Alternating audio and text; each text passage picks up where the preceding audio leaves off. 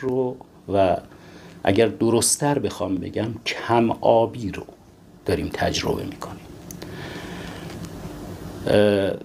کم آبی خیلی واقعی تر از کاهش بارش هست. اگر شما هیدروگراف دشت های ما رو رسم بکنین و نمودار بارش رو هم رسم بکنین، اختلاف رو میبینین که تفاوت بین کمبود آب و کمبود بارش چقدر زیاد هستش.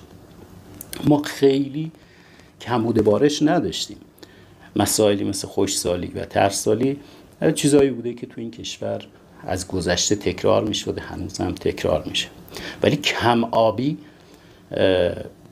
فکر می کنم در طول تاریخ ایران بی سابقه است.